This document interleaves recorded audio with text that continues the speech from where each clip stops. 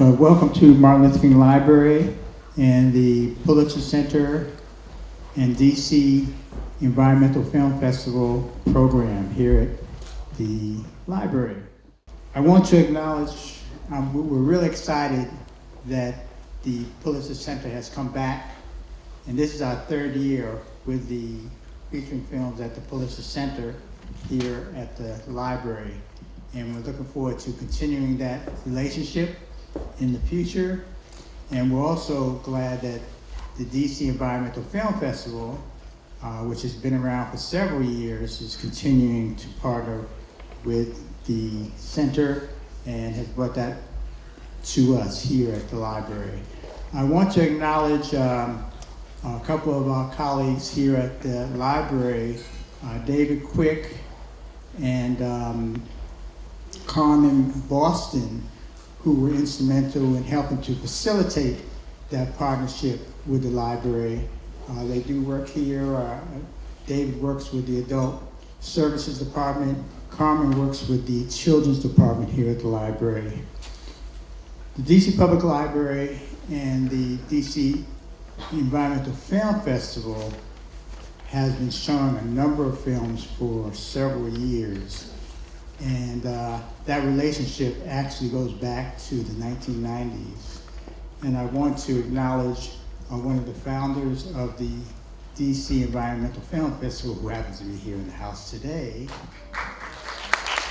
Flo Stone. So make sure to stand up for a minute.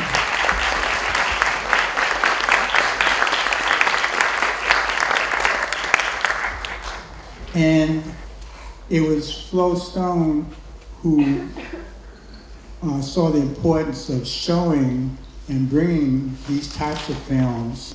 Pulitzer Center is doing, as well as what the Environmental Film Festival has been doing for several years, to the broader community.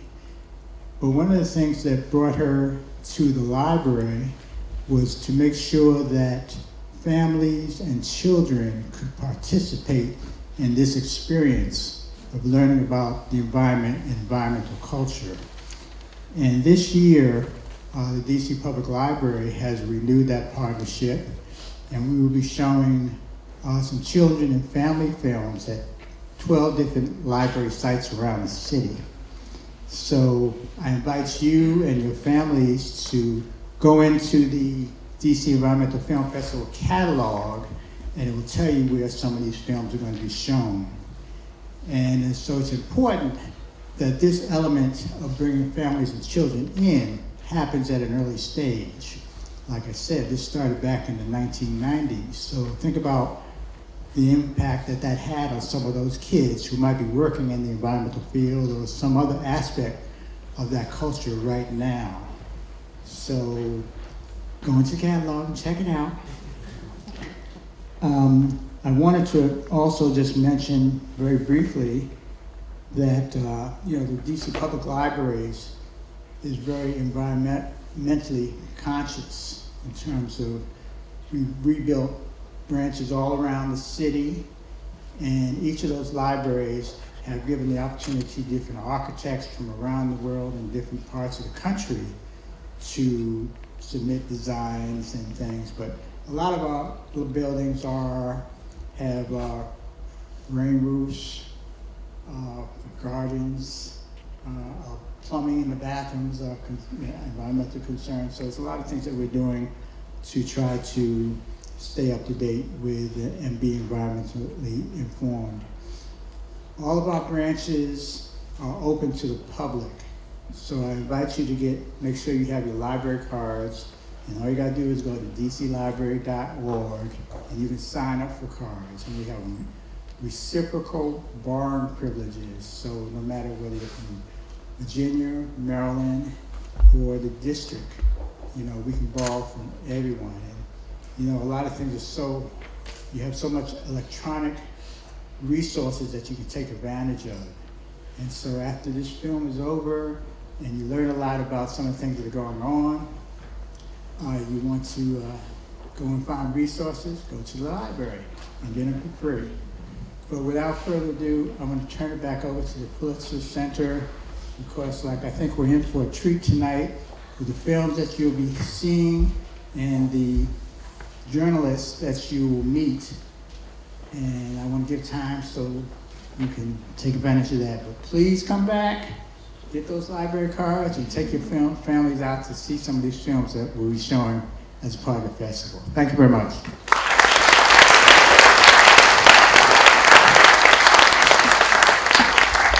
Thank you, Eric. As he mentioned, we are so excited to be returning here to the library and to DCEFF. I'm Michaela Schmidt. I'm a program coordinator on the campus and outreach team at the Pulitzer Center. And just a couple numbers for you. This is the Environmental Film Festival's 33rd annual year, and this is our 14th year returning to the festival as a whole, and then as Eric mentioned, our 3rd year back at this library. Yes,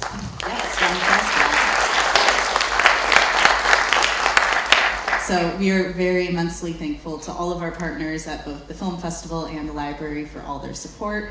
I also want to give a big shout out to my Pulitzer Center team who is helping behind the scenes with tech and whatnot. So thank you all for your help. A little bit about who we are. The Pulitzer Center is a nonprofit journalism and education organization dedicated to raising awareness of global issues. Our mission is to champion the power of stories to make complex issues relevant and inspire action. We believe that people and communities who actively engage with systemic challenges will find solutions together. So by combining breakthrough journalism with strong audience engagement, we extend the impact of the stories, cultivate public awareness, and build community empowerment. The Pulitzer Center covers some of the biggest challenges facing the world today, from environment and global health to human rights and artificial intelligence. Financial transparency, governance, gender, social justice, and more are important cross-cutting themes in all of those issues that we cover. Last year, we supported around 200 reporting projects in collaboration with journalists, filmmakers, and news outlets around the world. Additionally, our year-long fellowships bring together cohorts of reporters for training and support on their collaborative and cross-border reporting. Our fellowships currently include networks on oceans, AI, rainforest investigations, and local news combined with audience engagement strategies. We make innovative methods and tools available to journalists so they can have a lasting impact on societies worldwide, while connecting teachers, students, youth, influencers, artists, and other professionals with key underreported issues. So tonight we are excited to connect you with some of our great reporting and experts to explore global manufacturing's impact on environmental degradation and local communities. At a time crucial for stopping the advance of global warming, corporations play a key role in the destruction and protection of our environment. Tonight's series of 3 short films spotlight how the lack of transparency, bad governance, and at times corruption are exacerbating this environmental destruction. Local communities are left to deal with the consequences of these global supply chains, attempting to protect their health, homes, and livelihoods with little information or support. After the screening, we're going to dive into some of these themes that the films explore with some climate journalists and policy experts. So as you're viewing, think about if there are any questions that pop out in your head, as we'll have some time to allow you all to ask me questions as well.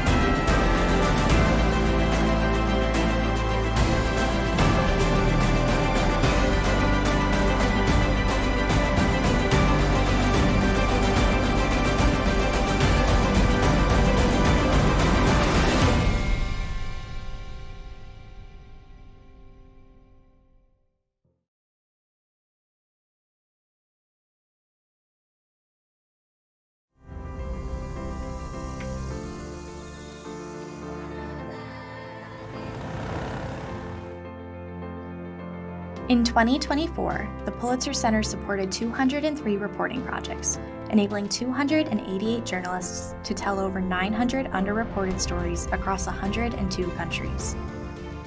Our journalism addresses the world's most significant challenges, from climate change to social justice. We launched fellowships, fostered collaborations across borders, and provided essential resources to strengthen expertise. Today in this 90-minute webinar, we are going to go through a primer on how to cover artificial intelligence. Breakthrough journalism is always at the heart of what we do, and that's part of this fellowship. We're going to support ambitious enterprise and investigative stories that come from journalists across the U.S. Each year, our journalism reaches millions of people through news media partners. We take those stories further through global and regional audience engagement programs. หวังว่างานวันนี้นะครับเราก็เป็นเพียงกระบอกเสียงเล็กๆคนหนึ่งที่อยากจะสร้างความเปลี่ยนแปลงให้กับโลกนี้ให้ได้ We aim to be the hub for the world's most innovative and consequential global reporting. In 2024, we hosted 701 events that reached more than 108,000 people in 26 countries. Our K-12 education programs developed 57 educational resources based on our reporting, directly engaging over 54,000 students and teachers. The Pulitzer Center is really excited to celebrate 5 years of partnership with the 1619 Project. I will name you Meryem and tell you of your character. You were born without bullet shells crackling in your skin, without shaking thunder across your bones. We also partner with colleges and universities to engage with students and faculty on critical global reporting. The Pulitzer Center really opened my eyes, or this experience as a whole, as to how big the world is, really, in a sense, in terms of the possibilities of journalism. And I feel like this really, opened the door for me. Through our engagement programs, we are fostering a more curious and informed public. This creates a ripple effect of world-changing impact. Recent projects have successfully challenged unjust laws, helped end harmful government programs, and illuminated stories that would otherwise remain hidden. Supreme Court of India has given a very important judgment on a case where Sukanya was the petitioner.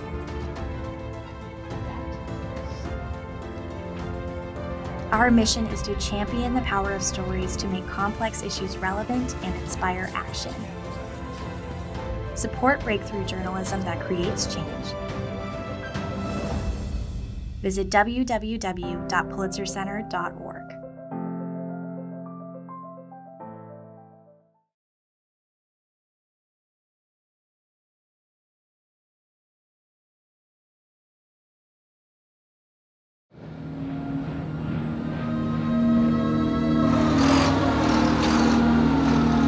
Mummy papa लोग को सबको कोयला पास ले जाना पड़ता, कभी कभी हम भी जाते हैं। पापा चल, पापा पापा चल। ऐसा मजबूरी में तो हमको साथ तो देना ही पड़ेगा, घर का बड़ी बेटी है हम।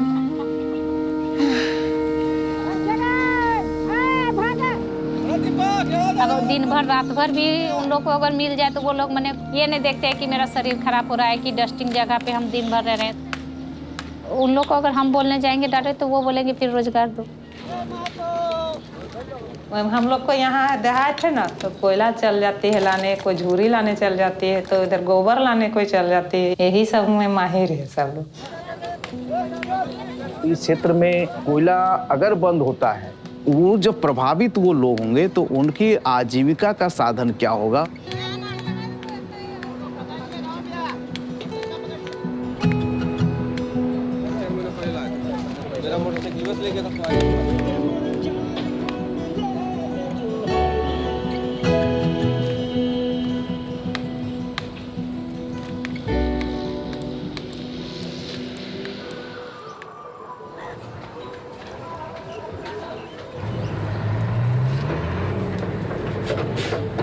यहाँ पर CCL जो है एक स्टेक होल्डर है कोयला का, जो यहाँ पर माइनिंग हुए हैं, तो माइनिंग में जो लैंड लूजर लोग हैं, जिनको नौकरी नहीं मिली, जिनको मुआवजा नहीं मिला, खदान में उनका जमीन नष्ट हो गया है, तो वो कहीं न कहीं उस कोयला को ही अपना जीने का साधन वो देखते हैं। आज वही कोयला साइकिल के माध्यम से या टोकरी के माध्यम से बेचकर अपना रोजगार चला रहे हैं।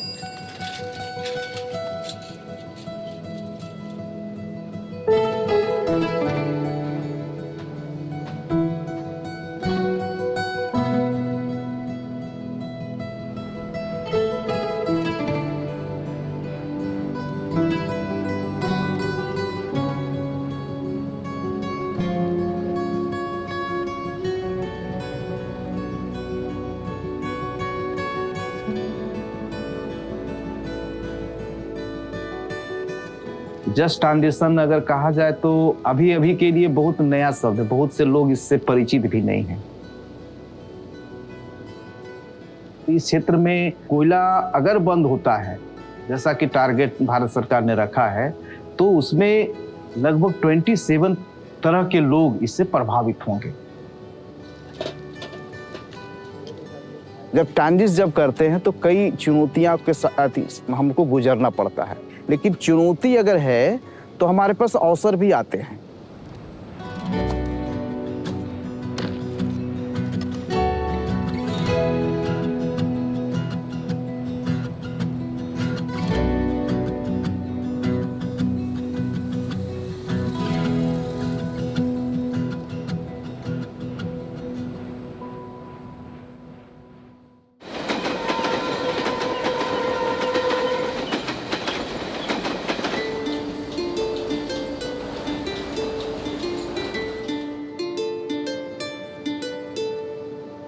तो इसकी चिंता अभी से हमको करनी है।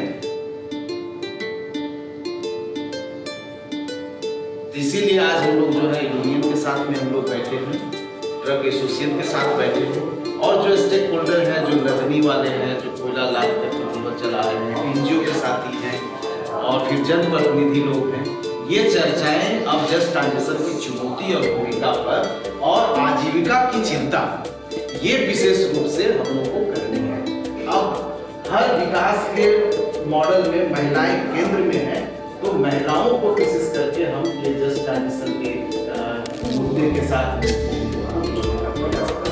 अभी जब हम लोग जस्ट ट्रांजिशन की बात कर रहे हैं तो इसका भी पॉलिसी बनेगा। जब तक हम लोग नीचे से बात नहीं पहुंचाएंगे ऊपर में ना, तब फिर वही होगा कि ऊपर में कानून बन जाएगा, फिर नीचे हम वो हमारे लिए रह जाएगी। वो सिर्फ कोऑपरेटिव के लिए बना।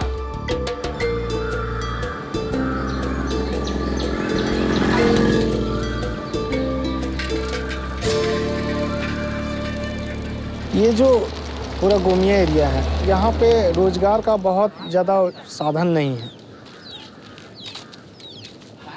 यहाँ पे जो पढ़े लिखे लोग हैं वो रोजगार की तलाश में हैं, और ज़्यादातर डिपेंड जो है वो कोयले पर है।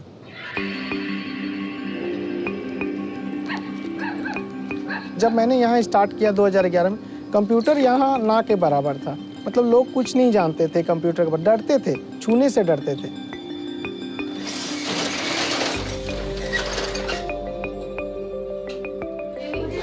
गुड इवनिंग, बैठिए। Good evening sir. मेरे पास बहुत सारे विद्यार्थी हैं जो रेगुलर क्लास नहीं कर पाते हैं, क्योंकि उनकी जो घर की आर्थिक स्थिति जो है ठीक नहीं है। उनके माँ पापा उनको कोयला चुनने के लिए ले जाते हैं। उसी तरह उसमें भी देना है। ठीक है, एनिमेशन पे जाना है। सबसे पहले एनिमेशन पे जाके, ठीक, ये देख रहे हैं ना इसको। अभी जो जनरेशन चल रहा है उनके पास तो ये चीज़ का उपाय है कि कोयला निकाल ले रहे हैं, लेकिन जो नेक्स्ट पीढ़ी आने वाली है हमारी, उनके पास ये रूप नहीं रहेगा, क्योंकि अब जितने प्रचुर मात्रा में कोयला था वो तो निकल चुका है। F1 प्रेस करना, माइक्रोसॉफ्ट वर्ड करना। बहुत सारे ऐसे विद्यार्थी थे जो फुल्ली डिपेंड थे कोयला पे, लेकिन जब ये टेक्निकल स्किल से वो जुड़े तो आज वो प्रोफेशनल लाइफ जी रहे हैं और अच्छे अच्छे ऑफिस में काम कर रहे हैं। आज टेक्निकल स्किल को नहीं लीजिएगा तो कितने दिन तक आप कोयला पे डिपेंड रहिएगा। इनका ट्रांजिशन करना है तो हमको लगता है कि जो सरकार कोयले से जो पैसा कमा रही है, जो टैक्सेस कमा रही है सेस के रूप में, वो जो DMFT फंड का वो सिर्फ नाली रोड बनाने के लिए खर्च कर दे रही है और पानी के लिए। अगर वो टेक्निकल स्किल का अगर कोई डेवलप करने के लिए वो अगर प्रयोगशाला को खोले तो मुझे लगता है कि इन लोगों का ट्रांजिशन करने में ज़्यादा हेल्प मिलेगा हम लोगों को। ये जो आप सीख रहे हैं इसका क्या नाम, माइक्रोसॉफ्ट पावर पॉइंट है ना, ये प्रेजेंटेशन के लिए है। यहाँ स्लाइड बाय स्लाइड करके आप किसी भी चीज़ को प्रेजेंट कर सकते हैं, ठीक है। फोटोशॉप में बहुत अच्छा लगता है, सब ये करना है कि अब कलर वगैरह सब अभी वर्ड ये सब करना हमको बहुत अच्छा लगता है।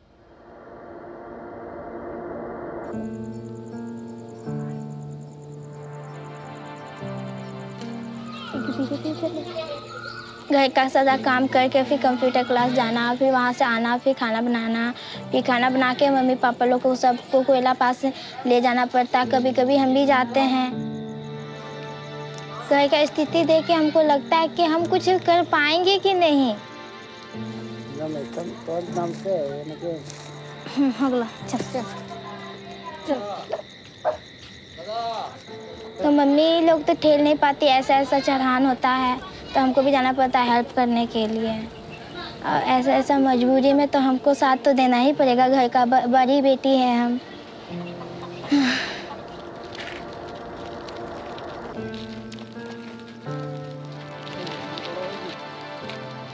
बाकी हम मेहनत करने नहीं छोड़ेंगे, मेहनत करेंगे हम आगे बढ़ने के लिए, इसके लिए जो भी कुछ हो जाए।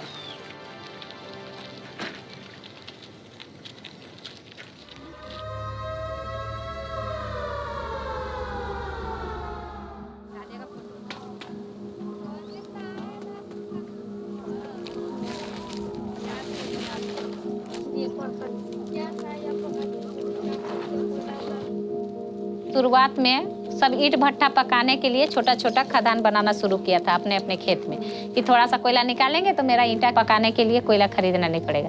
उन लोग को जब काम बढ़ने लगा तो मजदूर का भी जरूरत पड़ने लगा, महिलाएं भी उसमें जाने लगी। और जब से ये महिलाएं काम पर जाना शुरू की है तो हमको लगता है कि सब सोच रहे कि चलो खुद के हाथ में 2 रुपया देखने तो मिल रहा है, लेकिन उससे क्या क्या खतरा है उनको, वो चीज़ का उनको जरा भी अंदेशा नहीं है।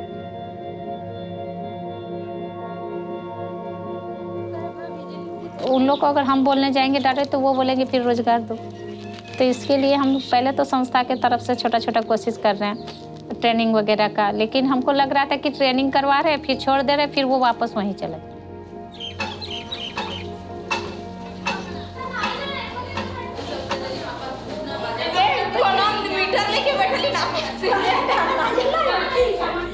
तो पहले की तरह की गए तब कमर पट्टी काटे की जरूरत ना, एटस निकल जल्दी निकला हवा है यहां से लग नहीं है छाट छाट यहां से के चार से हम चाहते हैं कि उनको मशीन दे दें, कपड़ा दे दें, ट्रेनिंग हम करवा दें, कि हम उनको 200 रुपया देंगे या तो फिर वो 200 रुपये को हम खर्चा करके उनको किसी चीज़ के लिए तैयार कर देते हैं। कुछ भी सीख जाए मेरे द्वारा तो वो आगे उसको मेरा ज़रूरत नहीं पड़ेगा, फिर वो अपना चलना शुरू कर दे।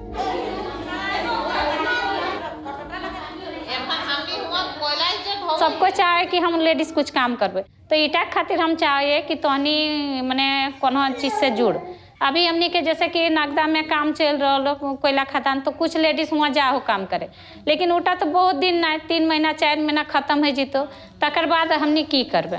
तो इसने हमनी चाहे कि आर एगो ऐसा सेंटर चले जटा में मने कि सहयोग रहे कहीं से, तो उटा खातिर अभी हमें अपन संस्था के द्वारा एगो प्रपोजल बनाए के BCCL के पास हमें गेल लिए डिमांड करे ले कि सर हम लोग को कुछ सपोर्ट चाहिए कि मने मेरा गांव में ऐसा चले।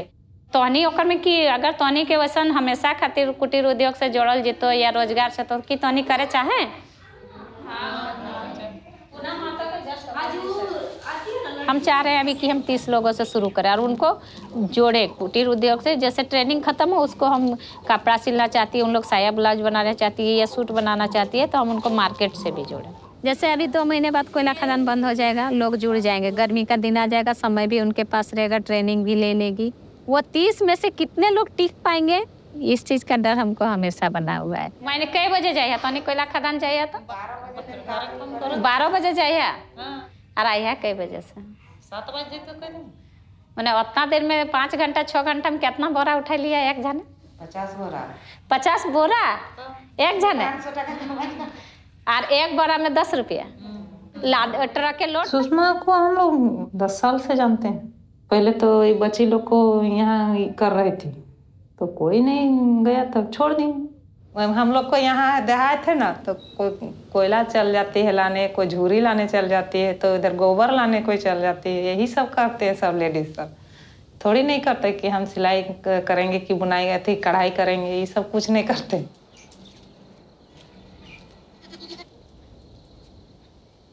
सुषमा कल BCCL के ऑफिस जाएंगी। क्या आपको लगता है कि नए सिलाई सेंटर का काम सक्षम होगा? नहीं, हमको तो नहीं लगता कि सक्षम होगा। उसमें तो हम तो है साथ में, लेकिन फिर भी दूसरा लेडीज का हम नहीं कर सकते हैं। वो करेगी तब न। कल हम समय दिया गया है हमको, तो कल हम उनसे मिलेंगे, अपना प्रपोजल दिखाएंगे। बन गया है मेरा प्रपोजल, राइटर को दिए लिखने के लिए। सोच रहे हैं कि मेरा पहला काम है तो अच्छे से प्रपोजल बने ताकि वो मना नहीं कर पाए।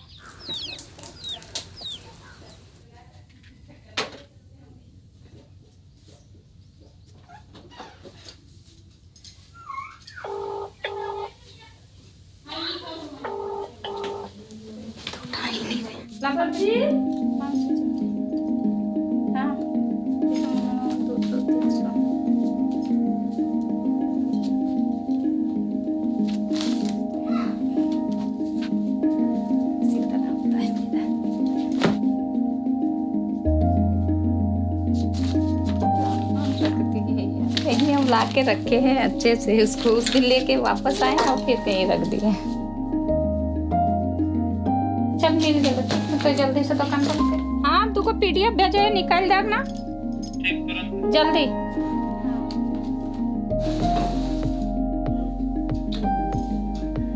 सतुतन के PDF का भेज रहा, नहीं तो हम लेके चल जाएंगे ना इसको। तो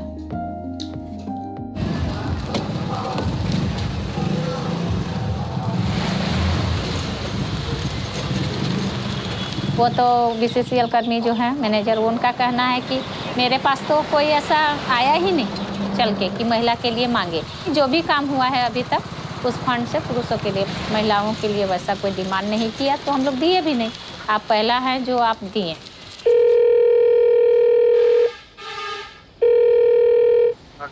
हाँ प्रणाम सर। प्रणाम। आप लोग आए नहीं? सर हम तो आ गए हैं, हम यहीं ऑफिस में तो खड़े हैं। आ जाइए।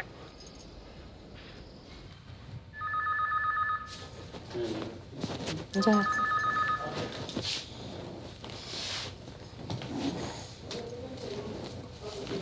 स्वाभिमान ये हमारी संस्था है जो स्वाभिमान के नाम से रजिस्टर है। इसमें हम लोग 6 महिला और 1 पुरुष मिलके ये संस्था का, तो हम लोग संस्था की तरफ से चाहते हैं कि गांव में वैसी महिलाएं जो थोड़ा सा सशक्त नहीं है, जिनके फैमिली में कोई उनका सपोर्ट नहीं करने वाला है, या तो फिर वैसे लोग महिला जो कुछ काम करना चाहती है लेकिन उसके पास रोजगार का कोई व्यवस्था नहीं, तो वैसी महिला हम चाहते हैं कि इस ट्रेनिंग सेंटर में आए और अपना रोजगार चलाए। BCCL आप CSR फंड से चाहते हैं? जी, CSR फंड से चाहते हैं। तो BCCL जो भी CSR का काम करती है जी, वो राज्य सरकार के रिप्रेजेंटेटिव के कहने पे या उनके अनुशंसा पे ये करती है। तो इसमें होगा ये कि आप जाएं अंचल अधिकारी महोदय के पास, अपनी योजना के बारे में उनको बताएं, उनको कन्विंस करें, या उपायुक्त महोदय के पास जा सकते हैं, जिनके पास जा सकते हैं जाइए और उनसे आवेदन करवाइए, उनसे अनुग्रह करवाइए BCCL को, तो निश्चित रूप से ये काम हो जाएगा। इस तरह के काम हम पहले भी देखे हैं कि कोई भी सिस्टम वाला काम करते हैं तो उसमें बहुत एक ही बार में सीधे सीधे काम नहीं होता है, उसके जो सिस्टम है उस सिस्टम से ही गुजरना पड़ता है। और इस बार भी हम यही सोच रहे हैं कि इनका जो सिस्टम है उनके सिस्टम के अनुसार चले, लेकिन हमको इस काम को कंप्लीट करना है और कोशिश रहेगा कि जब तक पूरा ना हो हम ना रुकें।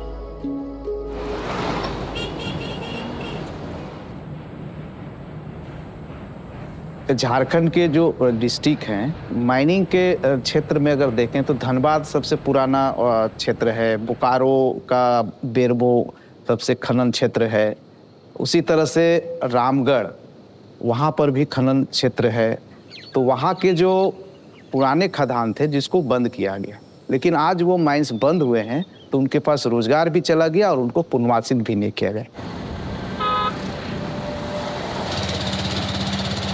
यहाँ रामगढ़ ज़िले में 12 कोल माइंस आते हैं। 12 में हमको लगता है कि 90% कोलवरी बंद है। CCL का नियम तो ये कहता है कि CCL जहाँ से ये कोयला निकाले फिर उसी को समतल करके फिर किसान के हैंड ओवर करते हैं।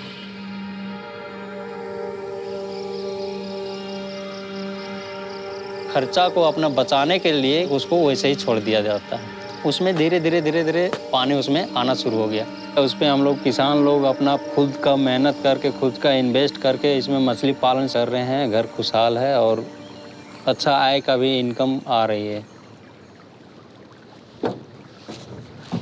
चलो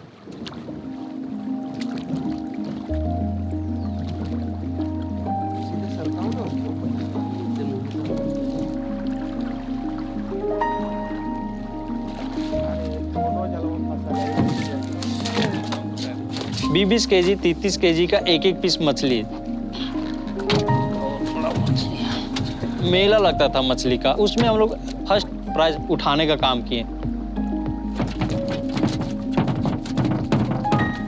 तो वहाँ के फिशरीज डिपार्टमेंट के डायरेक्टर का नज़र आया, तो कहाँ से ये मछली पकड़ा, तो हम लोग बोले कि खदान से पकड़े हुए। उन्होंने आए अपना वो खदान वगैरह मुआयना किए, देखे तो बोले कि ये तो बहुत अच्छा चीज़ है। अच्छा वो मछली निकाल जाएगा वहाँ, रुक जा। उसके बाद क्या हुआ कि सरकार ने नया अपना एक योजना लाया जो केज कल्चर के माध्यम से मछली पालन का योजना शुरू की। इसी के माध्यम से आज केज के अति से हम लोग इसको इतना पैमाने पे किए हैं। ये 20 से 22 एकड़ एरिया है, 250 से 300 फीट गहराई है। कम से कम अभी मेरे साथ में 6 से 7 लोगों की अभी हमने अपना इम्प्लीमेंट कर चुके हैं। वो लोग को रोज़गार से जोड़े हैं और वो लोग अभी अच्छा खासा वो लोग अपना कर रहे हैं। तो उसमें 100 लोगों को और जितना से जितना जल्दी हो सके वो 100 लोगों को हम रोज़गार से जोड़ेंगे। कम से कम 10 खदानों को हमने सर्वे करवाए हैं, उसमें इसी तरह का काम होगा।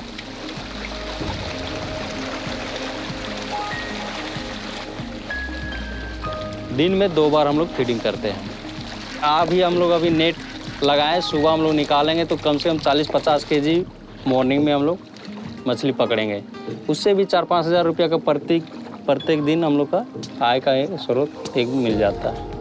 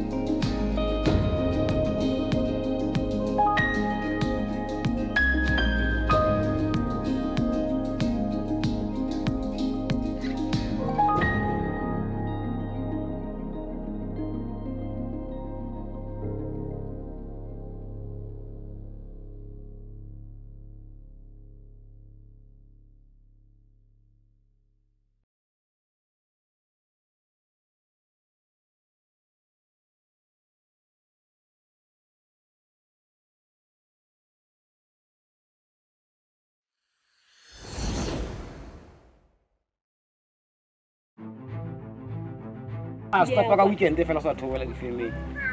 Akala thola ke feme fela ka Monday till Friday. Aba ke ntse le ntwe ne tene. Metsiana ha pulaila kotopo na ya tala ke kotopo e le nngwe. E fetela ke dikotopo tse thabo tsa ntse hlambang ke chemical tse ne re di sebedisa ka mono ke ntho tse kang bo bleach, caustic soda, acid. Hle tsona di ngata haholo.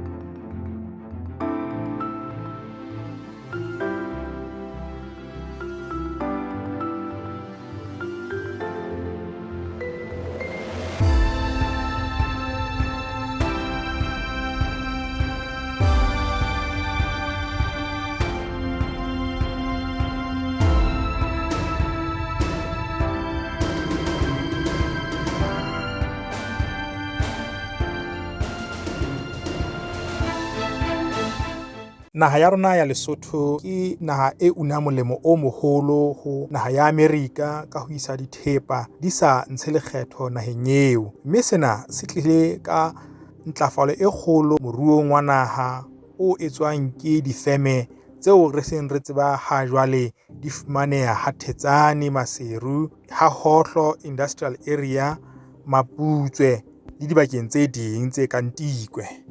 Basotho ba sebetsa moo difemeng tsena ka bongata bo boholohadi, mme sena se thusa malapa ho ba le dijo le ho ba le bophelo.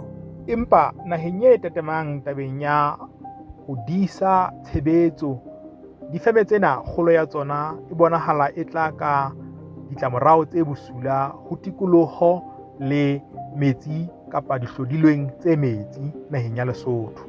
Haholoholo tshilafatso ya metsi e etswang ke difeme tsena e bonahala nokeng ya Mohokare kapa Caledon eo re arolelanang le naha ya Afrika Borwa.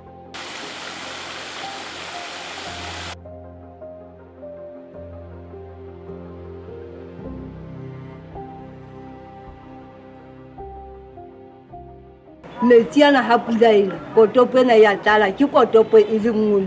E fepelwa ke dikotopo tse tharo tsa ntse hlahang bankeng ma a buke dijini ke jwale ka nako ngwe tsa bona gore le mekona ya feta makaka a tla theowa ke mekonyana ke jwale ntse bile re lla re metsi ona ana a tjena ka hara motse ka mona re na le bana ba tjena maputso ha ena metsi ka tlase ka mono re na le sediba se re leng setjhaba sa ha maputse le sa ka nkano ho sekontiri ka ha modisa re nwa metsi ka mono a sediba ha nthena e tetse o seng ka bo 6 re tla fumana hore nthena e ile ka sedibeng so re jena ha e tloa mo ya theowa straight ya theosa straight fitlet ntse tsa maka ga mara re tloa ka tsele shebile tsena le tlhokomela le lo ha e fitla kae mane mme mo mama ja re te anda te thaba mo o sa bile ke tse phasisi nyonyana mo tshopo gonyana yana ga ba bana nyetsama ya theosa ntse ba thaka ona ka motsenga mona sa es aya cover ruwa ka next ntse theowa ka ona ka motsenga mona fitla sana so thuleng ke mole bona me ka ntse tla potela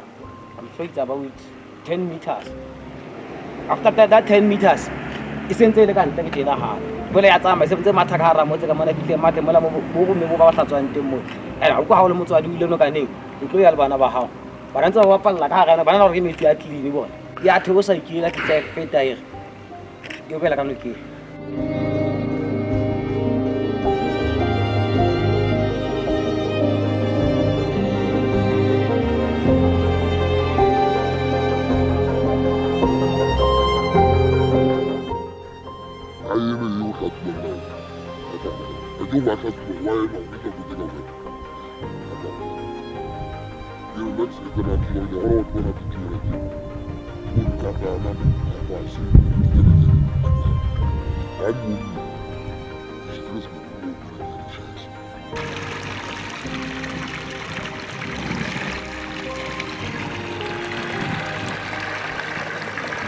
Ke tshilafatso ena ya metsi e bonahalang e tlisa bophelo bo bobe ho setjhaba se ahelaneng le difeme tsena, e ka ba sebakeng sa Hathetsane, e ka ba sebakeng sa Maputswe, haholoholo e leng tsona dibaka tseo MNN Center for Investigative Journalism e ileng ya fihla ho tsona. Mme re bile le puisano le malapa ka ho fapana, mme boholo ho bonahala setjhaba se lla ka mafu a ka sefubeng a bonahalang a sa e moriting. Itse pela semeji mona ya difemeng e sa tshwarang bana hantle ka nnete hobane ha e ha monate jwale it says haebe bana ba dula ba hema monko o jwalo o tswa mono semejing ena e ho thunyetswa difemeng tsa China ka nnete ba bana ha ba sireletsehe. Just last week ne re na le bana ba bangata haholo mona ba tshwereng ke flu e mpe ba kgohlele ebile ba hlatsa ha ba sa tseba hore na ke ka baka la yona semeji e mono e dulang e tsona pena kaofela e sena nako e eme kapa na ho etsahala jwang. Ngwanela o dula a kgohlela a duba le dinko lebaka ke sorejene mathaka mo ka malaeneng o dulang sorejene ho entse kotopo ikela mona kotopo yana o thewa metsi yana a thewa difemeng kwana na a la sorejene a thewa tlo tla mathaka mona na a nkga ha bohloko a kena le ka mo re dulang jwale bana ba dula ba kgohlela letsatsi le letsatsi ga ba isa ngakeng ha re ba isitse ngakeng ho thwe re reke meriana ha hona meriana ha re na ditjhelete tsa ho reka meriana. Re fumane hore ha se ka mehla difeme di qhallang mona moo ho hlwekiswang metsi ana a ditshila, empa nakong ena dipula difeme di qhalla melatswaneng mme di tshilafatsa dinoka ho sa tsotellehe hore na tsela tsena di tla ama jwang kapa di tla silafatsa tikoloho ha kae. Ka mora hore ho etswe ditsela diphoofolo tsa rona ke re ba le tse dingwe mangopeng a ka mo shebele di-chemical tse hlagang ka mona ka difemeng mme ka morago re be di-major tsa batho ke diphoofolo tse di ruile mo tse fulang mona ba ke di fulana mo fela mango ke di nwa metsi yona na ka mangopeng o tlo fumana go nako eo o e hlaba sebete sena se tletse maphela maswafo ana le ona o tlo fumana tse nthukang a isitse ka ga ke taba ya di-chemical tsena tse di nwang ka mona wa tseba ile ka sholwa ke dinku se 15 ka baka la maphele ya go ene ke so tsebe go ko di go bua ka mo gore ke ntse ke enta ka nte ya go motho mo ga tla le mo sa se se ngile mo go na le modiana wa maphele ba ke go ga ko ba se mo ke ne sa ile se ke ona le ke ya wa di se ba bang ba basebetsi ba difeme tsena ba bolela ha ba lahlehetswe ke bophelo ba bona bo botle mme ba dula ba ena le bokulo ka sefubeng bo sa yeng moriting ba nke dipidisi tsa TB empa ha ba fole ba kgutlela ho tsona kgafetsa mme ba bang ba lla ka hore ba se ba bile ba sena ditakatso tsa thobalano sena se amang le malapa a bona boholo ke basebetsi ba fumanehang dibakeng tse bitswang di-washrooms tsa difeme tsena tsa lesela la ka sebetsa kampane go thweng ke CGM jwale ha ke sebetsa CGM le ke sebetsa ke hiruwe ke le chemical department ke sebetsa di-chemical jwale di-chemical tseo mme di a tsa ngama go fitlhela di ntlhaisa kotsi di-chemical tse ne ke di sebedisa ka mono ke ntho tse kang bo bleach caustic soda acid ihle tsona di ngata haholo ne go sebedisa tsona ntho tseno jwale ntho e tleng belaetsang haholo ko bleach le caustic soda ke tsona tse ke belaelang gore o di ritela ho wa ka nne go di ritela ke tsona tse ngholofaditseng ke sa na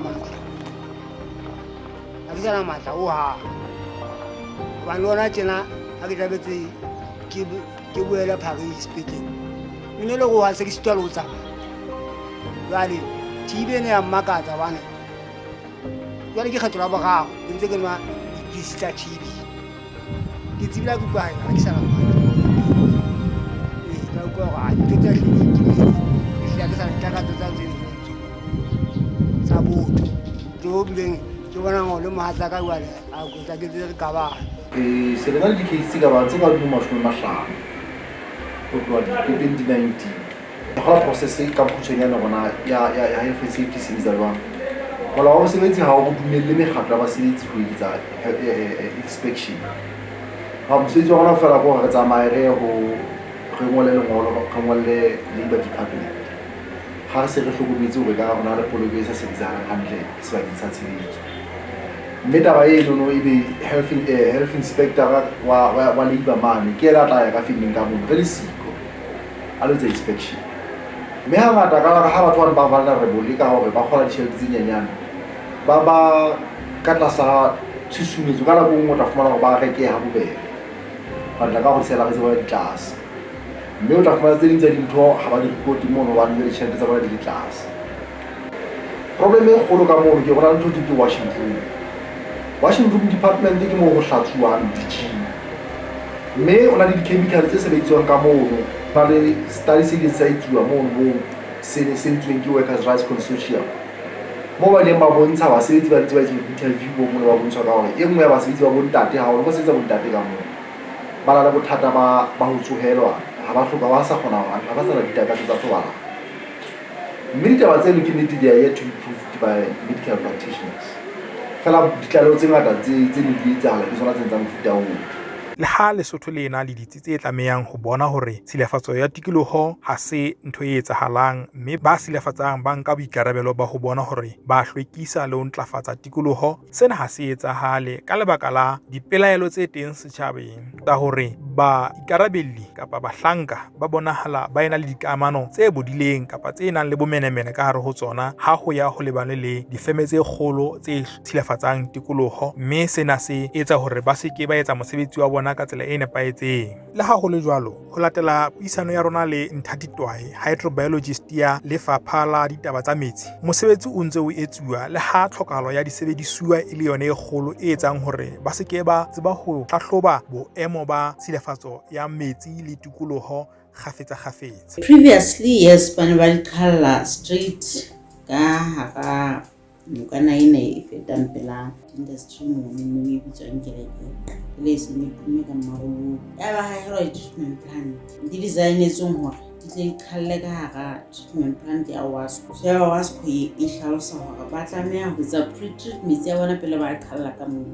Even recently it was in 2021 re se go ba e ka ho hlaile tabeng ya hore industry di wetse di fumane some of the industries ba kwetse kwaletswe COVID che ene e butsi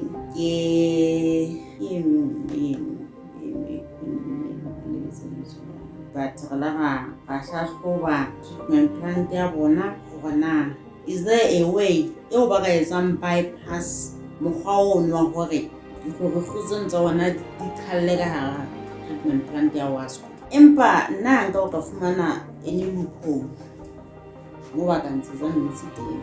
Ha re tloa mono ile streaming seno se bitswang Mabulong ga re lo bona hore na ho na le any trace mo le boteng nena le tratetseng industry le zamayang le adjacent to the stream ka tla hlomile mo sna la ile mo tshwetsi, but the stream ka bo sona sena se le polluted le from the smell it's on moon streaming se no go hore ke ka mo ke makaka iseng industrial effluent ka mola wa environment hantle ba tlameha hore before ba discharge metsi wastewater ba discharge permit ba fumane important discharge permit e ba betse hore na ba discharge a go mfi kama ga go bona le what does it put your findings tsa hore the pollution e bonahalang e teng ka stream e tswa di BNB the factories should be moved. I guess when I carry when I get sure that wastewater is okay, only the test can give me a platform where I can send. So I think by just but is it not challenging you always investigation? Yeah, it is. Dipatlisong tsa rona tsa boemo ba tshilafatso e teng nokeng ena ya Mohokare, re khile metsi nokeng ya Mohokare dibakeng tse fapaneng pela mo metsi a hlahang difemeng tsena tsa Hathetsane le tsa Maputswe a kenang nokeng ya Mohokare teng. Metsi ana mme ona a hlahlojwa di-laboratorying tse boemong ba matjhaba, mme dihlahlobo tsena ha di tswa di bontshitse ha metsi a hlahang difemeng a tletse ka dinthwana-thwana kapa dikhemikhale tse kotsi haholo tseo di behang boemo ba metsi a Mohokare boemong ba hore a keke a nowa ke batho kapa diphoofolo. Mme ha re sa bua ha re ya re lebane le melatswana ena e hlahang difemeng hore na ona metsi a teng a tletse ka ditshila tse kotsi ha kae ho setjhaba se phelang pela tsona le diphoofolo. E le mohato wa ho thusa mmuso wa Lesotho le setjhaba sa Basotho ho bona hore ditokelo tsa mantlha tsa basebetsi di a bolokeha mme le maphelo a bona a sireletseha mosebetsing. Mmuso wa Amerika ho latela puisano ya rona le ona ka boemedi ba naha ya Amerika Lesotho o bontshitse ha ho ena le dipehelo tseo mmuso wa Lesotho di fuweng hore o fetise melawana le melao e ntlafatsang melao ya bosebetsi le melao ya tshireletso ya basebetsi mosebetsing, e le hore ba sebetsang difemeng tsena tseo re buileng ka hore di bonahala di ntlafala ka hore di se dithepa Amerika ba ya sireletseha mme ba e ba le bophelo bo botle.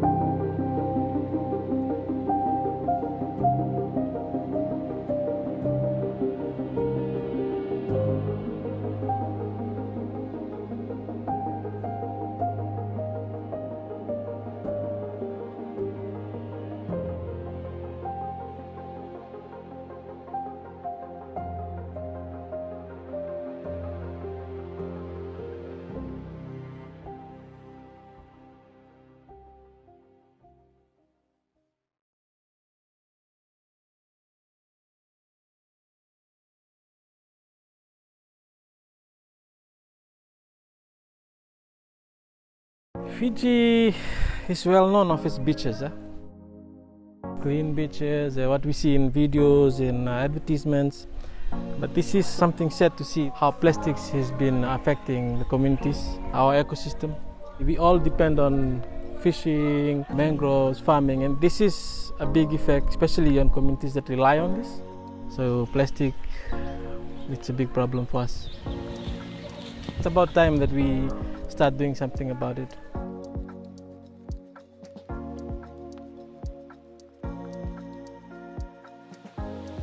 More than 500 million plastic Fiji water bottles are produced and exported from Fiji every year.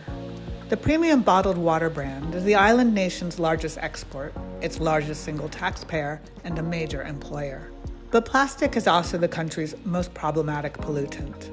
Out of Fiji's 332 islands, there is only one sanitary landfill and 2 municipal dumps. So, trash disposal is limited, costly, and logistically difficult.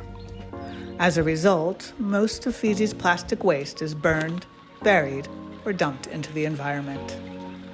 Fiji Water runs a bottle buyback program with Coca-Cola, paying 5 Fijian cents, or 2 US cents, per bottle. Yeah. The one I go and sell it to the Coca-Cola factory. This one I'll burn it.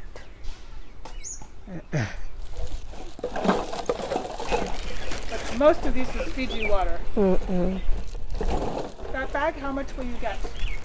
This bag, this one I'll pay. That's boy $20. This all this thing 1, 2, 1, 2, and this.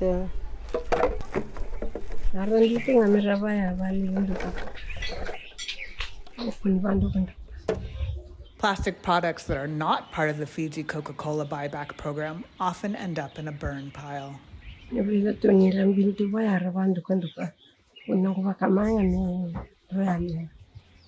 Bottles that are sold to the buyback program must be cleaned first. Then they are sent to Australia to be recycled, as Fiji does not have its own recycling facilities. Washing it must be difficult. Mm. How do you wash it? Wash it with water and shampoo. Shampoo? Yeah. That's a lot of work. Yeah. Okay. It should give us 20 cents one bottle, because the hard work we do it. Some more bottle. Ano po ni bita pa yung single take na Coca-Cola, at kina plastic na kakira pa kwenda kama may wala lang daw bakamay. Kaya nilito nga wan manibandin din na taksan din tiya may baron na kama. Ando ulit na ono reven nilo tawanan na tangar ba dire may wayo. Ano nito sa semandangan wan ito tumita pa. Di ba yung satu no ko pa ni bakamay na plastic. Burning plastic releases toxic gases, threatening vegetation, wildlife, and human health. So, akan doon yung bakilay, may ronga ba yung kiyaw, irakaw balimbula kaya, may virai. So, kung kay may pamatalta katulad ng balimbula, no, nandaw kamanadam, malabit kumbong daw lak maya, tabaw ito, may kaya. Yeah, yun, nung kusakarti, kailangan matakalisin daw lakay natin. Each village or each household, I would say, is expected to find ways to manage their waste. So many of these wastes, this rubbish, are buried or burned. And if they're buried, with a small landmass and our changing sea levels and very strong tidal forces, these rubbish or wastes are unearthed and make its way into our oceans. And if they're burned, they pose another threat to all those toxic fumes engulfing our villages, our homes. Plastic has become a $712 billion a year industry with no signs of slowing down. Here in Fiji, there are some local efforts to track it and hold polluters responsible. So this is a trash boom prototype that we fabricated locally. So it's a partnership with UNDP Accelerator Lab Pacific Office. So the purpose of this is to trap plastics and debris and white goods that's been leaking into the ocean, affecting the food systems for the community Moala settlement that depend heavily on the marine ecosystem. Plastics are the most common ones that we find. I think at this stage we're going to do brand audits and talk to the multi-million companies to work together and how they can contribute in cleaning up the waterways. Yeah, mostly it was Coca-Cola, EcoSafe, and we saw Fiji Water was there as well. They were all here together, and it's all packed. As you see here, they're all packed.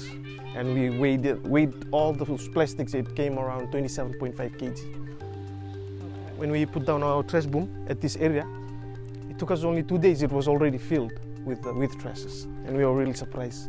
This is why we are starting to collect this rubbish, these plastics, audit it brand-wise, and then approaching these companies and seeing how they can change. This is we will give them data on how much we're collecting. This is how we're going to tackle it, by asking them if there are other ways they can minimize plastic, or also do more awareness in communities more high on how to deal with plastic, how to separate, also with councils. Some people say this is a band-aid solution, but we're doing what we can in trying to reduce plastics from leaking to the oceans. So you cannot manage what you cannot measure. Plastic is a main issue, not here but all around the world. There are initiatives all over the world, but this is home for us, and this is where we are beginning. We'd like a much cleaner and much greener Fiji, also much bluer. Only 28% of plastic waste on Fiji's shores comes from Fiji. A quarter comes from regional neighbors, and most of the rest comes from Latin America, brought over by ocean currents. Fiji can't do anything to stop it. All it can do is clean up the mess.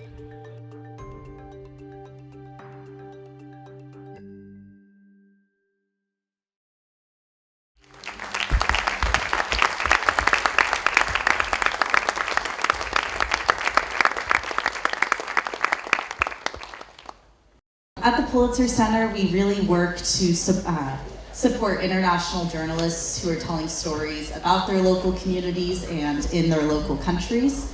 But because of this, unfortunately, our filmmakers from the films that we screened tonight were unable to join us due to visa challenges. But luckily, we have a great panel that we've assembled of climate journalists and experts to dive into some of the themes and topics that are covered in some of these films. So I'm excited to introduce our panelists for tonight.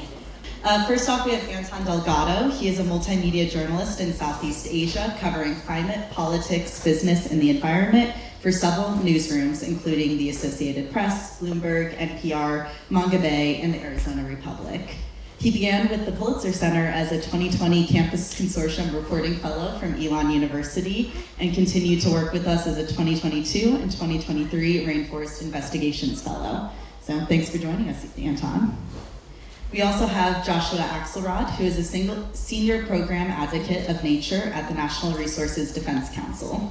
Since joining NRDC in 2013, he has focused on issues including public land protection and conservation, renewable energy sitting on public lands, limiting oil and gas development, energy transmission, and climate policy. And then moderating our discussion here tonight is Eli Kintisch. He is a climate video journalist and the Ted Turner Professor of Environmental Media at the School of Media and Public Affairs at George Washington University. Previously, he worked at PBS NewsHour, Scripps News, and Science Magazine, where he writes as a contributing correspondent covering climate science and the environment. So Eli's going to get us started with a few questions for our panelists, and then we'll open it up to you all. Thanks, Michaela, for the introduction, and thank you, Pulitzer Center, the library, and Flowstone, and the others with the Environmental Film Festival, and all of you for being here. I want to start with you, Josh, and talk about coal. We saw these inspiring stories of efforts to jumpstart this just transition. Can you briefly talk about the idea of the just transition, and then turn to the United States? What efforts are you seeing in terms of successful initiatives to help communities face it, that were dependent on extractive industries like coal, make a transition? Great. Thank you, and thank you all for coming and sticking around for this portion. Yeah, so hopefully many in the audience, and the film kind of covered it, but just transition, you know, is the idea that those most directly affected by the industry being transitioned away from, be they the frontline communities who have kind of borne the environmental impact of that industry, or, as is often the case, the very same people who are also employed and thus economically dependent on that industry, are kind of centered in whatever actions are taken economically or policy-wise that is going to change the economic model that has persisted in that place, and make sure that those people are not left behind, that the opportunities in whatever the transition is are kind of made available to them by whatever means are possible. The film, you know, is a great snapshot of how difficult that is in an economy that is still maturing, where work is done by casual employees. I think in the U.S., so a lot of my work is focused on transition away from oil and gas extraction. You know, a state like New Mexico, for example, that has become the second largest oil and gas producer in the country, just behind, or not just behind, but behind Texas, has become extremely economically dependent on oil and gas in the last decade as the fracking boom happened and as the industry has really grown there. And that dependence means that the state budget is increasingly funded, not, you know, a large percentage of it funded by the royalties that oil and gas companies pay. And those royalties are then designated for often very critical state services like schools and hospitals and universities and things like that. And as that happens, you know, the state and the population becomes incredibly dependent. And so when you think about just transitions, you need to, it's a really a long-term planning exercise where ideally you see the problem coming. You know, in India, the central government is committing to phasing out coal.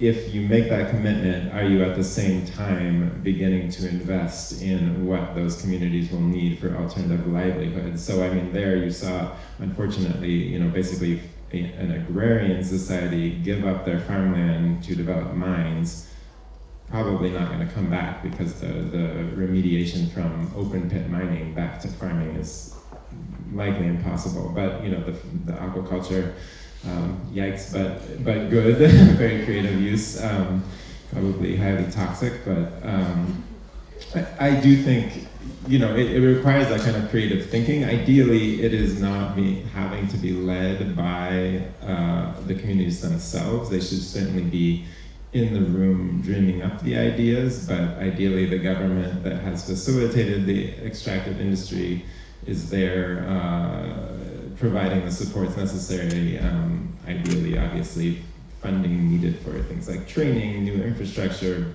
new types of economic development, and really showing citizens the pathway. But in the absence of that, then obviously organization among the community can help spur that and push for that. Thank you. Turning to you, Anton, in the case of Lesotho, and I don't know if any of you looked this up, Levi's is one of the main brands. Some of you might be wearing Levi's tonight. I'm sure my jeans were made in somewhere where the pollution is probably an issue. You report out of Southeast Asia. I'm interested to hear from you about other efforts to strengthen the local role of government in looking after these companies, because oftentimes there's a ribbon cutting ceremony, there's a lot of acclaim when you know, a Western or big company comes in, builds a factory that can provide economic relief, but then it's up to the government to regulate and look after environment. What are you seeing? What are you seeing in Southeast Asia on this? Well, similar to Lesotho, I think something that unites a lot of these developing nations is industries like the garment industry. So the garment industry is a fourth of the Cambodian economy. It's a huge part of the Vietnamese economy, and it's a huge part of the economy back home in the Philippines. So I do think this is an issue that is really, global. In terms of, engaging with local governments, I think a concern that is showed in the documentary above is local governments, and I think all governments, don't always have communities' best interests at heart. It's difficult for governments to prioritize local communities when they see a really big tax break or major investments from these firms. And we see that across the board. And I wouldn't say that the US is in a different position. I think there are certainly times where corporations overweigh the community needs. And I think that's something that isn't particular to developing nations. I think unfortunately, governments, especially in the developing world, will prioritize what they see as something that will impact everybody. And if one community can take an environmental hit and that benefits the country, unfortunately, at times they will lean towards that. So I'd say that is a pretty common theme across our region. We're seeing the EPA, Josh, in this country has made clear that they want to change their mission under Lee Zeldin and support companies to deregulate. And so I'm curious, Josh, from your perspective, how do those here in this room, here in Washington, who aren't in the government, what are some efforts we can make? What are give us a sense of agency? How can we make a difference as the regulators here in the United States turn away from their role and their mission to protect environment and protect communities? Yes, well, if I had the best answer to this question, I would be solving all our problems because I think we're all asking the same question. But I would say, obviously, the first is continue to pay attention. I think a lot of people, myself included, it's very hard to kind of follow the news closely because it's so overwhelming, and if you're following the environment, there's bad news multiple times a day. But I think at the highest level, it's important to remember that as long as our institutions hold it, meaning largely the judicial branch, there are laws that Congress passed, and the agencies have to follow them, and so the EPA can say it is no longer going to, be in charge of clean air and clean water, but it's going to make our cars cheaper and whatever things they're saying. But their mandate, the reason they exist, and the power they have to do things comes from laws that tell them to, make sure that power plants are not emitting toxic chemicals, or that toxic effluent is not going into our waterways. And it just requires vigilance and watching, and in some cases, I think a lot of what we see in these films is citizens identifying the problem, identifying the source, finding some kind of expert who can kind of prove back that there is a problem, and then either bringing that to the companies or to the regulator and saying, look, we have the proof, you need to do something, and then if that doesn't work, then you bring it into the judicial system or whatever it is. But sometimes a lot of the reason we have gotten to the place we have with strong regulation is because originally people started paying attention and noticing what was wrong and asking for a change. And I think unfortunately we're back in a situation where I think we'll have to see that kind of organizing among ourselves, among the public, to really push for, taking care of the environment. One thing that comes to mind for me, and it's self-serving because I'm a journalist, is pay for a subscription to a publication, support journalism. We have the Pulitzer Center and its funders, but if all of us, for the cost of one Starbucks coffee a month, paid for a subscription to an environmental publication like Grist or another one like that, or to a big place or your local journalism outlet, especially they need help, that can continue to have eyes on problems like this. Good. Awesome. I'm a journalism professor now, and I want my students to have a professional, set of options and futures. I want to turn towards on plastics. Anton, you cover the plastics industry in Southeast Asia. Can you put what we saw in Fiji into regional context? Yeah, I mean, if we think about it, the vast majority of the world's plastics are produced in Asia, which is also home to the world's largest population, which is also majority developing area. So there's a lot of different crises happening at the same time, and I think Fiji is an excellent example of a place that geographically is being punished for climate change and the plastics production. Because as I think the documentary painted so beautifully, so little of it is produced in Fiji and consumed in Fiji, yet they're dealing with all of our waste. And I think countries like Vietnam... Even South America. Yeah. And I think countries like Vietnam... Oh, I'm sorry. I think countries like Vietnam, which is at the bottom of the Mekong River, which has a huge plastic crisis, suffers similarly. And these countries are being geographically disadvantaged and being asked to pick up after the rest of us with very little support and or funding. And I think we've seen that fail several times with the Global Plastics Treaty back in December and kind of the ongoing debates about that. So I do think that in a regional and in a continental sense, Asia is going to be where the biggest plastic producers will have to kind of come to head with environmental regulations and policy. And I want to just follow up. There was an effort earlier this year to create an international treaty on plastics. That failed. Can you bring us up to speed? Where do we stand on international cooperation on the plastics problem? 5 meetings later, we are still at a deadlock. So the next meeting in Geneva, Switzerland, of all places, will hopefully get us out of this gridlock. I thought the idea of the Global Plastics Treaty was beautiful because it focused on the life cycle of plastics. So they wanted to go after the chemicals that were put into plastics, which is what makes burning them so dangerous, all the way to cutting down production and forcing recycling.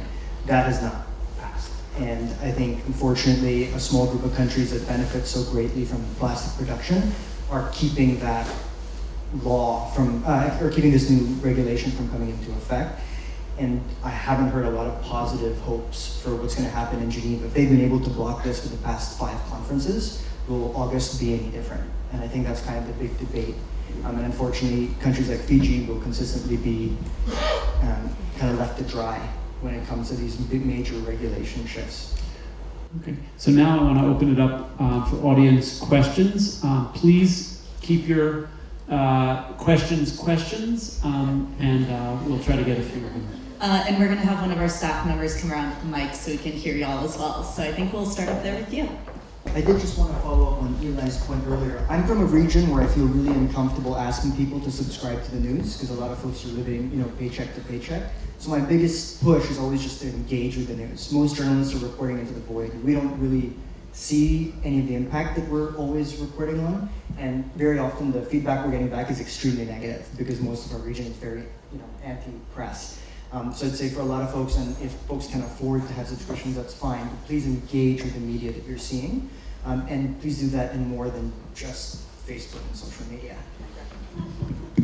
I do want to plug also all of the reporting on the Pulitzer Center website is free. Some of it's behind paywalls on other websites, so definitely take a look there if you're looking for a free resource, although definitely subscribe to news as well. So let's go to our questions. Yeah, I just wanted to ask for updates, like if the social worker in India was able to open up her center, if the U.S. Embassy in Lesotho gave that notice out, if that has created change, and also if the UNDP accelerator showed the results and if things are going positive, so if we can get any updates. Thank you. Yeah, that's a great question, and normally that's why we like to have our filmmakers here. From my understanding, there hasn't been too much progress on any of those fronts. The gal from India has made a little bit of headway in terms of her program, but has met a lot of bureaucratic obstacles that she keeps running into. And then I have not heard any positive news in terms of the factories out of Lesotho and if there are any regulations that have updated. But the journalists themselves are still pursuing these stories, still following up. So hopefully with more time, more screenings, and public awareness, some things will shift. What I'll do, I'll post on ELIKINT, Eli Kintisch. I think there were some posts with my tag. I'll put contact information, or at least social media tags, in a couple posts after this, so you can try to reach out to the journalists. Next question. Hi, thank you for an interesting set of films. I'll go to the one on Lesotho, the treatment of the effluents. And a brief comment, it reminded me of the Merrimack River in our country, which flows through Massachusetts. And when they had the textile companies there in the 60s and 70s, the river had all kinds of colors. So it took several years until the 1980s, 90s to remove the thing. And part of it was because all the textile mills closed. So what Lesotho is doing, I think, is commendable, what they are trying to do. And by the way, our president insulted the country in his union speech. And right. Can you just, what's your question, sir? Yeah, that's the question is about the coal aspect. And China and India are the biggest creators of coal thermal plant generation equipment. They have some targets. India has a target which is in the middle of this century or something. So my question is, it doesn't look they are anywhere near the target. What is the hope that they will fulfill the target? Yeah, Josh, can you take that about the coal targets? Yeah. So your question is, do we assume that China and India will hit their kind of coal peaking targets? Yeah. I mean, I think both countries are taken very seriously. You know, in India, they are constantly confronting an air quality crisis in all of their major cities that is driven by transportation and burning of coal. And so there's not only a climate imperative, there's just a basic livability imperative. And you know, the governments are investing enormous amounts of money in trying to build out renewables and replace coal generation. But at the same time, things like AI that we heard about in the intro ad are driving an incredible increase, an unexpected increase in energy demand. So that's creating another pressure on everything. China, though, China is building out solar, especially at a rate that is, I think we would find completely unbelievable. And they do expect, I think, to peak or already have peaked coal use. But that being said, their level of coal use is very high and remains very high. But as economies modernize, as we depend more and more on computing power, and that just increases our demand for electricity, and we need to be thinking not only about those kind of new demands, but also doubling down on making anything we do more efficient and ideally using less energy. Yeah, I would say something that I find equally concerning about this is a lot of the goals for India, China, and in Indonesia as well in our region are national goals. So while their production might hopefully decrease in the next 30 years until 2050, China is actually exporting new coal technology to countries like Cambodia. So we've launched 3 new coal-fired power plants in the past 2 years. Yes, it's fantastic that I think nations are aiming for this, but they're still trying to make a buck on coal technology. And developing nations in our region will happily take that and continue to produce coal. I'll just point out, country where coal has really collapsed is the United States. And there's a debate over the role of natural gas, which in most places has replaced that coal. But I think it's a success story that coal, for a variety of reasons, has diminished so much in the United States. No new coal plants, although who knows with this administration. But through the next question. Thanks very much. These are all very local stories, and they're compelling because they have a face on them.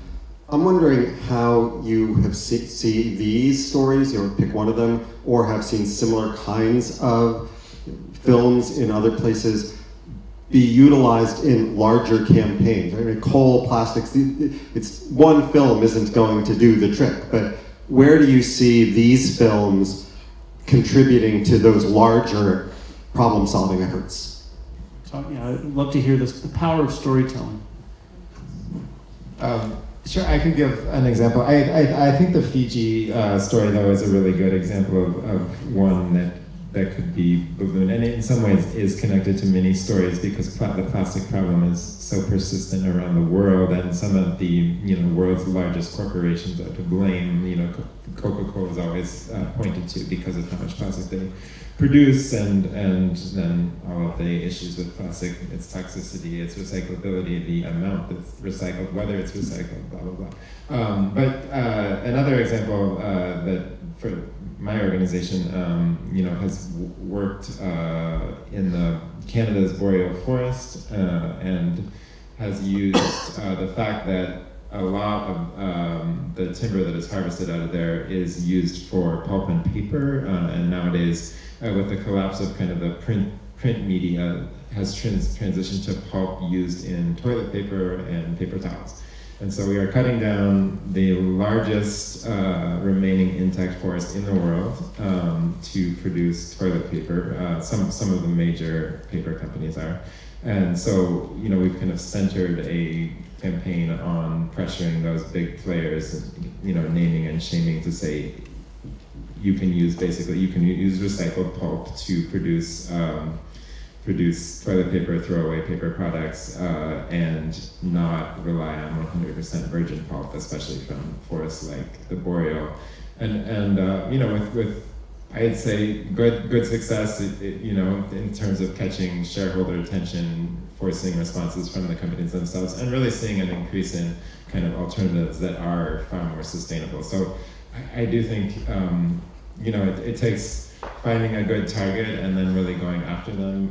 Often you need a corporation that is making public statements around its sustainability and its commitment to doing good things, and then finding kind of proof that they don't do that, and then putting it out there. Yeah, I'd say something that I've seen that was really effective was that stories like these send shivers of panic when it comes to other issues like microplastics and the rise in lung cancer rates in Asia. So I think stories like these put a face to larger issues that are affecting billions, and that's actually what's getting governments to speak about it for the first time and actually engage, because we're finding microplastics in pregnant women, in people all over Southeast Asia, and I think that's actually what's triggered it. Stories like this give it a face, but then that adds to a larger narrative of how this is going to impact millions of people's health all over the world, and whether or not you're anywhere near this plastic waste doesn't matter. And I think that's really what's getting folks to talk. So it's kind of these stories adding into these greater, often human health related crises and impacting people who aren't directly seeing this. I've seen that really shift attention. But I'm so glad that you are highlighting the power of story. I mean, the EPA was started by Richard Nixon, and the environmental movement in this country got going in the 60s because of Silent Spring, and a very talented science writer who focused on pesticides, and that eventually led to the creation of the regulators who should do their jobs. Next question, please. Thank you for your presentations and contributions. I had a question regarding the chemicals treated that you referred to. You mentioned several countries that are being a little like an obstacle to getting something put in place. What mechanisms do we have to ensure that something is put in place? Supposedly the United Nations? So the Global Plastics Treaty, which will maybe get passed, maybe be delayed again, is the global mechanism for this, and that would force countries to cut down on their allowance of plastic production and the way that it's produced. At the moment, we don't have a global standard that is requiring folks to perhaps tax producers differently, and that's kind of what this fight has been about. I think an issue that we're seeing is that hundreds of countries are on board with this, but unfortunately, they're not the countries that are making billions of dollars off of this type of production. So we're looking at 5 to 8 countries that are blocking the entire treaty. And unfortunately, at the moment, that's it. That's the framework that we're all looking at, waiting to see if we do it with plastics, could we do it with other harmful substances that we're creating and using en masse. So I think it's a bit terrifying, actually, that it's taken almost a decade to get to another stalemate. I don't know, how do you make these stories really appealing? There's just hundreds of different outlets and trades. What are you encouraging your students to do? Yeah, thank you. I'll just speak to a couple aspects. I worked in newspapers, magazines, television, and video, and now I'm a professor. And I'm just mentioning that because the media industry is constantly changing, and I think the change is accelerating with politics, polarization. The ad apocalypse is another major factor, and AI, I'm sure in the next few years is going to radically affect journalism. But I want to mention one bad, worrying data point, and then one positive one. The worrying one is recent data from the previous election showed that environmental concerns were among the least important issues that voters, when they're polled after the election, pointed to why they were voting. And so while you can have these examples of effective campaigns here or there, the fact that Donald Trump was denying climate change and questioning the EPA didn't seem to play a big role, at least in this election, with the most salient voters. So that's in terms of where we are in terms of public opinion. In terms of journalism, I recently attended the Society of Environmental Journalism in Philadelphia last year, and that meeting had 2,000 people or so. That gave me some hope as a journalist practitioner, but also as a fan of this kind of writing. And the truth is that the way journalism is changing, becoming much more atomized, like you mentioned, with small publications, philanthropy playing a bigger role than it has in the past, universities doing their part, like at George Washington University here in DC, we have Planet Forward, which I guess we have a participant there. Yeah. Oh, awesome.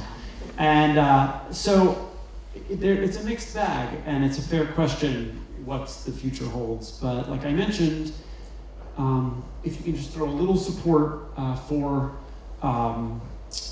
important journalistic initiatives, it goes a long way. And so I think the future is bright, but there are mixed challenges. Do either of you have any comments on that? Well, it's an excellent question. I go to Eli's class on Monday, so I'm good for me to think ahead. I think the biggest thing in environmental journalism that I can't stress enough is the way that we need to constantly be adapting the way that we tell that story. Like, as you can see, the way that we speak about the environment, yes, sometimes a 2,000-word article about the global plastics treaty is how that gets done, because you have to break down those policies. Other times it's docs, it's visualizations, it's going out, testing the water yourself, like the journalist in Lesotho did. And I think that's so key. And as we mentioned, as the journalism industry changes so quickly, that we need to be adapting faster. Yeah, watch TikToks in addition to documentaries. And I would say, as someone who gets interviewed by media a lot, that curiosity and expertise, I think, from journalists is extremely appreciated. I think it's a lot of the environmental issues especially are quite complicated, and obviously it's your job to make them accessible. It's ideally my job to communicate them effectively to journalists so they can be made that, but I think that truly caring about the subject and building up your expertise in it is essential to doing that. To the point about the election and kind of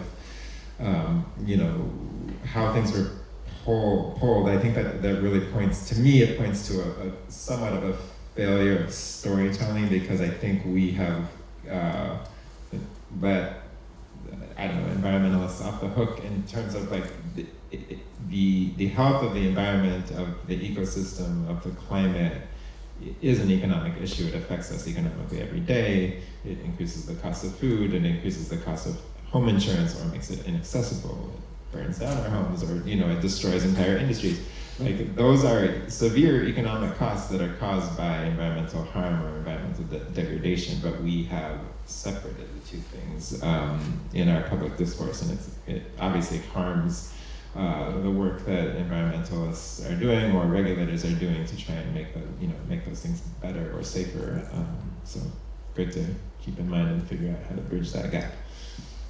Yeah, the last thing I'll say on that point is at the Pulitzer Center, we consider our mission two-pronged in terms of journalism as well as audience engagement, because we found that just publishing the stories wasn't breaking through the noise anymore, at least in a general sense. So we've started experimenting with a lot of strategies, and this is across journalism. You're seeing local newsrooms experimenting with things like this of how are we creating these stories in accessible formats? Is it creating short TikToks that summarize these documentaries into 30-second clips, or creative social media strategies? Getting into classrooms, hosting panels like this. So trying to think about ways that we can be bringing the journalism directly to folks as well, and really getting them emotionally attached and invested to be thinking about what they can do on their own. So I think that's a key trend that we're starting to see in the industry, is this concept of community engagement, really getting it out there. And it's something we're passionate about at the Pulitzer Center, so just wanted to plug that as well. But I want to ask you all to join me in thanking our panelists.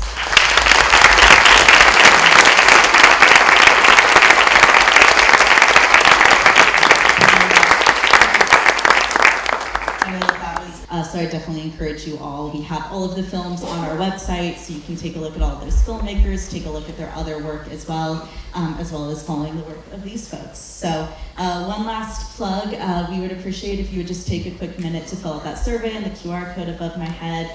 We just appreciate any feedback about how we can improve our events.